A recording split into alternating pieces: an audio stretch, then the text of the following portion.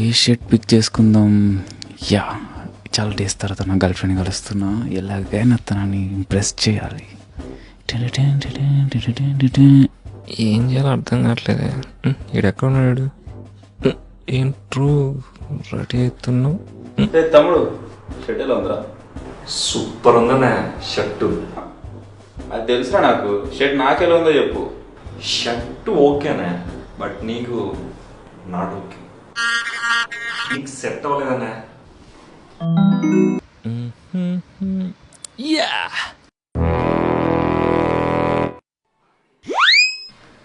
నీకు సెట్ అవ్వలేదని చెప్పేసి నేను సెట్ చేసుకున్నాను.